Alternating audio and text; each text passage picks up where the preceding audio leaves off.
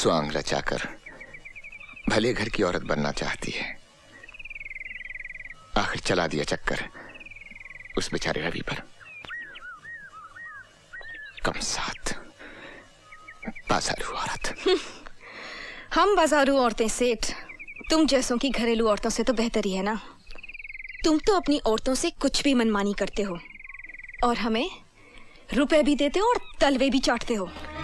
कम Surf, अपनी औकात से बाहर निकली। औकात देखनी है सेठ? हाँ देखनी है तो चलो चैलेंज फेंकती हूँ मैं तुम पर। अरे हाथ उठाना तो दूर, तुम सिर्फ एक बुरा लफ्ज निकाल कर दिखाओ मेरे बारे में। राम कसम, अगर पूरे बाजार में इसी छड़ी से मारते मारते तेरे घर तक ना ले गई ना तो कचरी नाम नहीं मेरा। अगर हिम्मत है तो बोल कर दिखा। मैं मुंह नहीं लगना चाहता तुम जैसी औरतों के।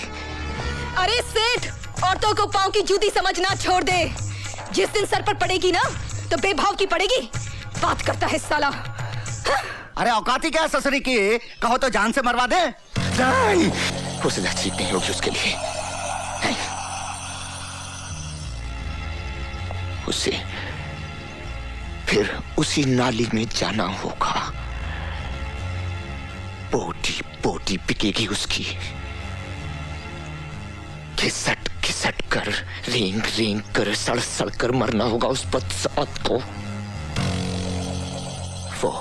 वो सदा ठीक होगी उसके लिए। कर दिया है बंदोबस्त उसका।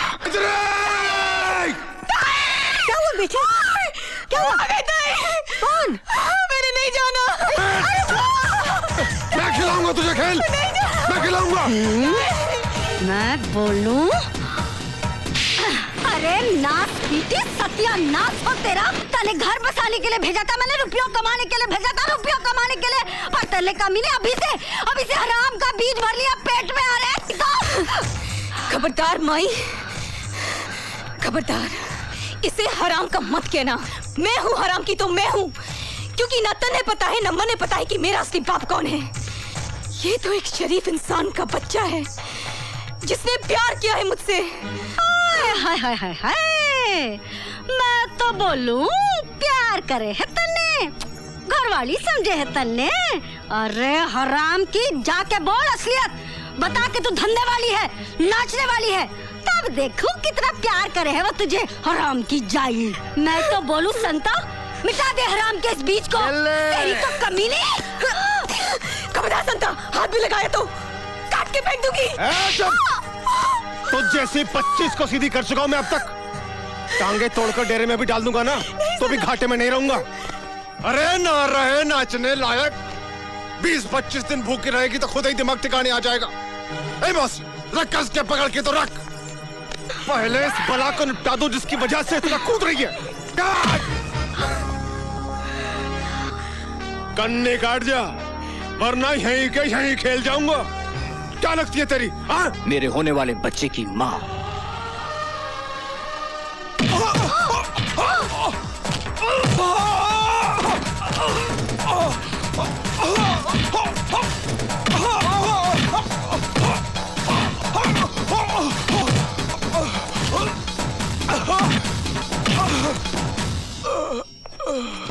मैं तो बोल लूं? ना हुक्म, आप कुछ ना बोलो जी। टन टन टन टन टन तारा चलती है क्या 9 से 12। ये ले नहीं, ये ले।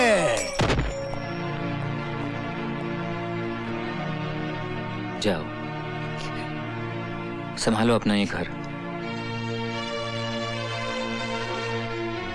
अपनी ये दुनिया। मम्मी, पूजा,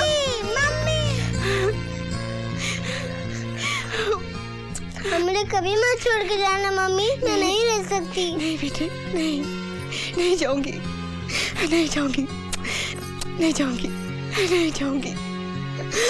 बस रवि, बस, मैंने उसे आगाह किया था, मैंने सिंघाल को आगाह किया था। मैं म्युनिसिपल कमिश्नर मिस्टर सत्यप्रकाश का केस फिर से खोलने जा रहा हूँ कि मिस्टर सत्यप्रकाश ने जेल में आत्महत्या नहीं की थी, उनकी हत्या करवाई गई थी। और मैं इन सफेद पोशों के काले कारनामों को सारा कच्चा चिट्ठा कल अदालत में खोलकर रख दूंगा। पूरे सबूतों के साथ। नहीं, ये नहीं हो सकता। रवि के पास हमारे खिलाफ जो भी सबूत हैं वो खत्म होने चाहिए। सिंघाल साहब, हमने तो रवि का पूरा ऑफिस छान मारा, लेकिन हमारे फाइल है, हमारे कागजात, ऑफिस सब गायब है। कहीं हमारा नक्शा न पलट जाए।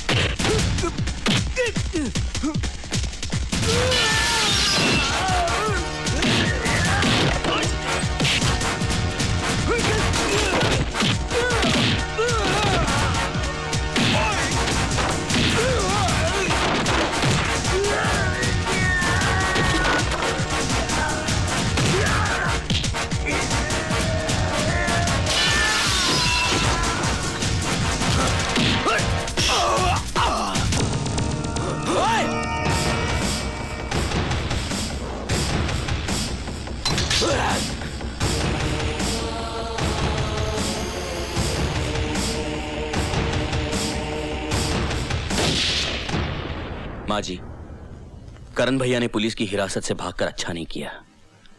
खतरा और बढ़ गया है। हाँ, खतरा तो बढ़ गया है, क्योंकि रवि वर्मा करण के पिताजी का केस फिर से खुलवा रहा है ताकि उन्हें झूठे कलंक से मुक्ति मिल जाए। अगर ऐसे में कहीं करण नहीं, अगर करण का सामना रवि से हो गया तो वो उसे जिंदा नहीं छोड़ेगा।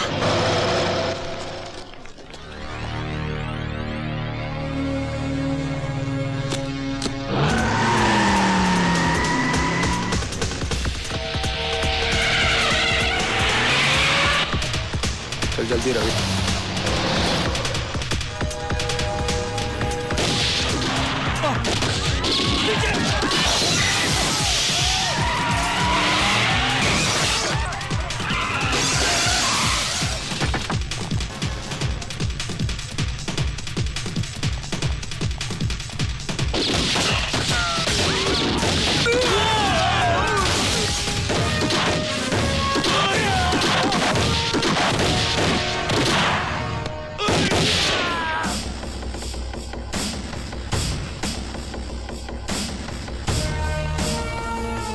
मैंने कहा था ना वकील, मैं तुझे जिंदा नहीं छोड़ूंगा। नहीं करण, मार डालो मुझे।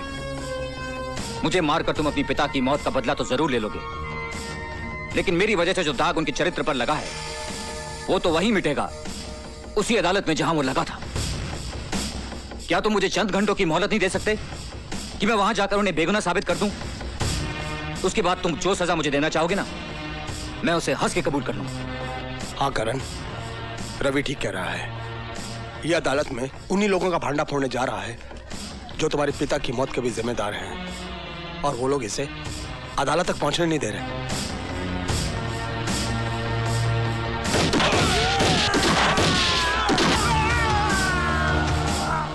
चल अदालत।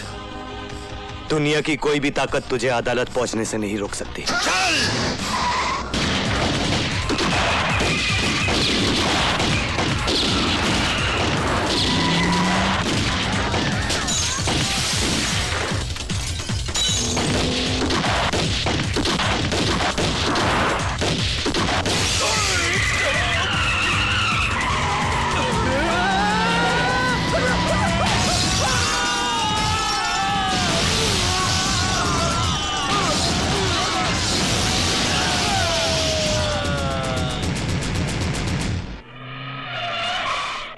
बस बस बस, रुक जाओ रवि बाबू, रुक जाओ।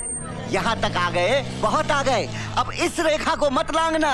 एक रेखा ही तो लांगी थी सीता मैया ने। आधी रामायण दुखों में गुजर गई। तुम्हारी तो वैसे ही कष्टों में कट रही है, काहे को और दुखों को न्योता देते हो? हाँ लाओ, मुझे दे दो, लाओ।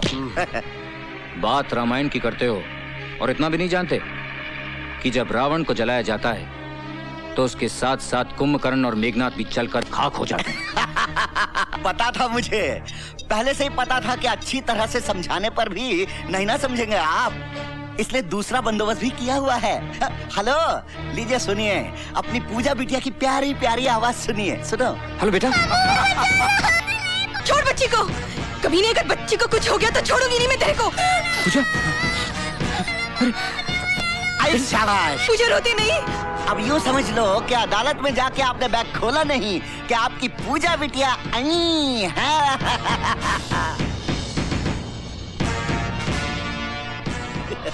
हरामजादे, तू क्या समझता है कि तू मौत का नंगा नाच नाचेगा तो मैं डर के अपने इरादे बदल लूंगा? You bastard. जल्दी। नहीं।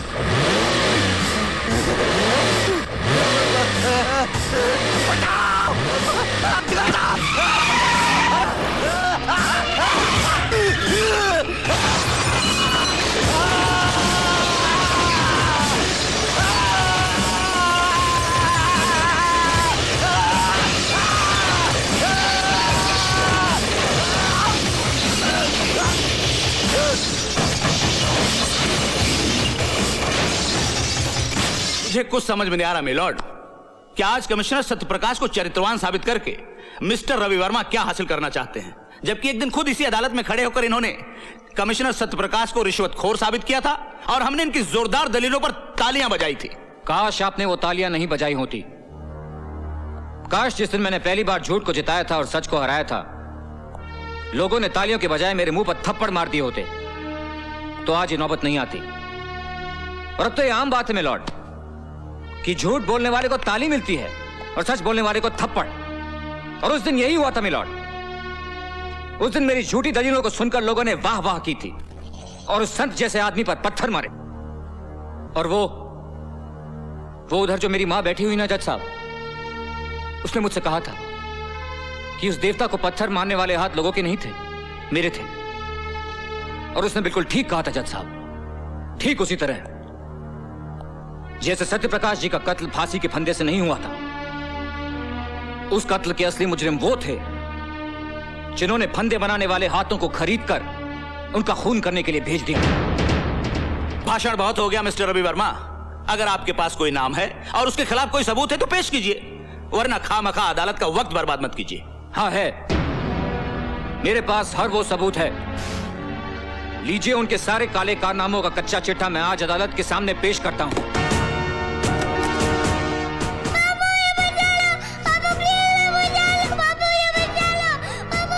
रवि, क्या बात है? कुछ नहीं, सोच रहा हूं धर्म, इंसाफ और सच्चाई की लड़ाई में गुरुओं ने भी अपने बच्चों को कुर्बान कर दिया था। देखता हूं आज उसकी अदालत में मेरी कुर्बानी क्या रंग लाती है।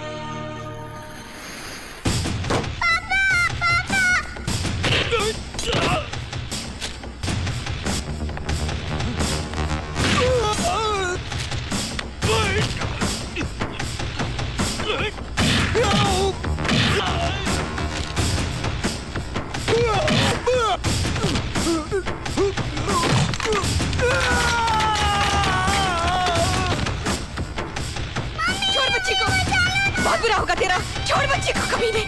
छोड़ दे बच्ची को, छोड़। बुरा। पूजा।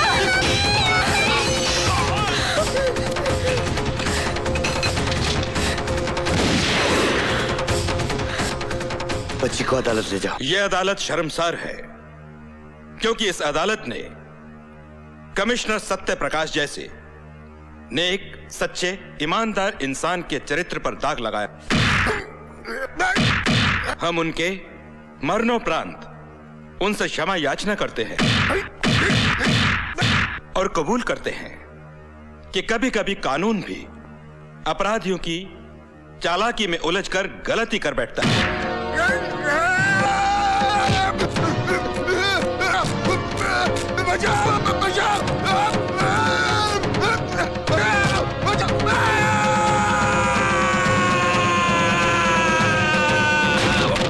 अदालत यह हुक्म जारी करती है कि कमिश्नर सत्यप्रकाश के खून के इल्जाम में तेजेश्वर सिंघाल को फौरन हिरासत में लिया जाए और इन पर बाकी मामलों के मुकदमे चलाए जाएं।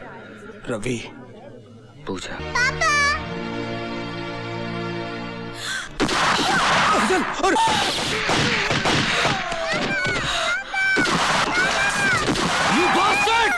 इंस्पेक्टर, आगे मत बढ़ना।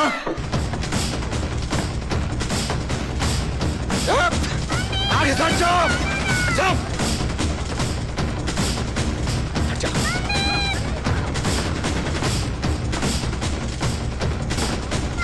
हट जाओ आगे से।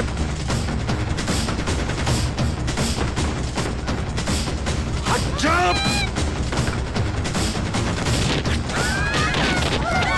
सिंघाल, पूजा को छोड़ दे। सिंघाल, अपने आप को कानून के हवाले कर दो। तुम यहाँ से बचकर नहीं जा सकते। होश करो, मैं कहता हूँ।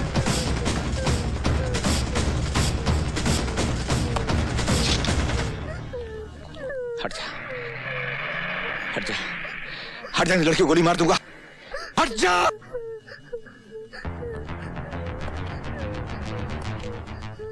इंस्पेक्टर, बंदूक फेंक दे और अपने आदमियों से कह दे कि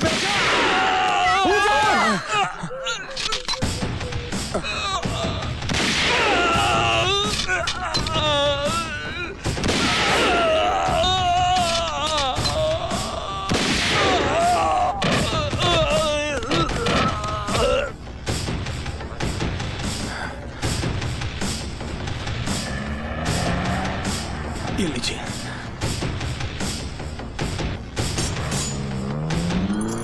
चलिए करण भैया।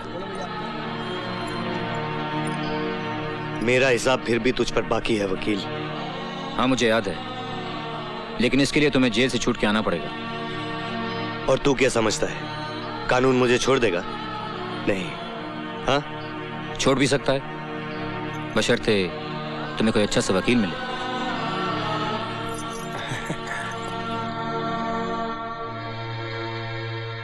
तू लड़ेगा मेरा केस?